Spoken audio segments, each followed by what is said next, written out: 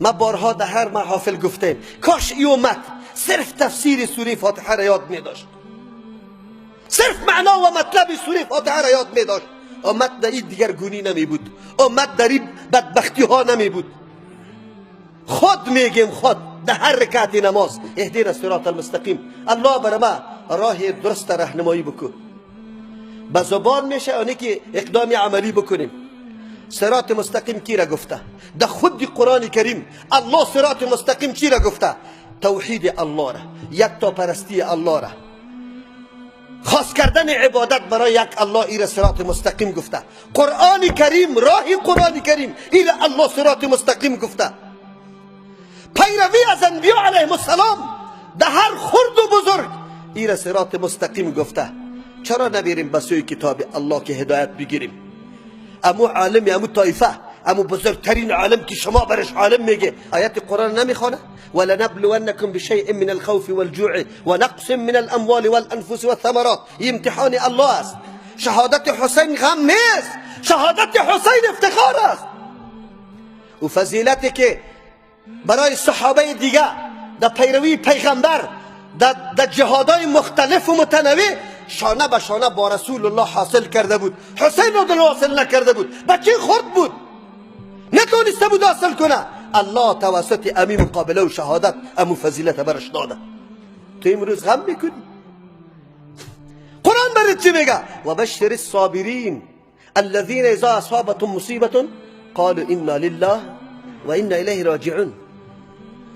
بگذار سینه ها کی زده میشه، قمه ها کی زده میشه. این کدام کتاب است؟ این کدام دین است؟ این چه قسم تعذیب است که امروز در دنیا خود عذاب میدی؟ مرگ رسول الله خیلی حادثه بزرگ است، قوی است، یا شهادت حسین رضی الله عنه کدامش؟ رحلت رسول الله، رسول الله که جهان توسط دعوت خود روشنی داده، رسول الله که حسین رضی الله عنه را درس افتخار داده که تو باید شهید شوی. آنچه حسین داره از ناحیه رسول الله داره. رسول الله وفاتش خیلی روز حادثه بزرگ است، اما بیرقا بالا شده، جنده ها سیاه شده، کالا سیاه پوشیده شده، کدامش شده؟ رسول الله میگه لیس منا، از امت ما نیست، از امت ما نیست، از زمره ما نیست.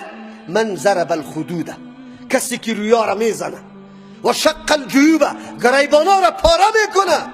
آلی زدن اینطور نیست که سری کالا زده شوه، بعد بگوی کالای سفید پاره شوه و طرف انداخته شوه، بعد از زنجیرها زده شوه. کدام حدیث؟ امی حدیث در کتب شیعه است مکمل. پیروی دین چی نمیگه؟ چه قسم ما پیروی میکنه؟ و دعا بدعوى الجاهلیه، دعاهای جاهلیت اینجا چی است؟ آیا مصیبت ها همه مصیبت است یا از یک کس؟ آیا شهادت حمزه رضی الله عنه با 69 تن از صحابه که در طراز اول در جهاد در میدان معرکه شهید شده، در برابر مشرک، در برابر کافر، او بسیار صالحی بزرگ است؟ یا شهادت حسین رضی الله عنه در مقابل ظلم؟ عجیب است. ما با ظالم باید یک قدم نرویم. ولا ترکنوا الى الذين ظلموا فتمسكم النار. با ظالما رکون میل نکنه، رفتن قطع همکاری کردن ایره خب بگذار، آتش جهنم شما را فرا میگیره. امروز با صهیونیسم، امروز با طاغوت بزرگ دنیا امریکا شانه به شانه کی راه ها را صاف کرده رویست، که مسلمان ها را دیگه شکنجه کرده رویست. پیروان واقعی حسین کیست؟ پیروان واقعی حسین، حسین را به یک ظلم تسلیم نمیشه. اما ما راه را هموار میکنم برای بیدینی که مسلمان ذلیل شوه، حقیر شوه، ناموس مسلمان تعرض شوه با دنیای کفر. هنوز هم کمرش بسته کردیم، هم بستگی دارم. پیروی حسین شده میتونم؟ کلا قطعا نه.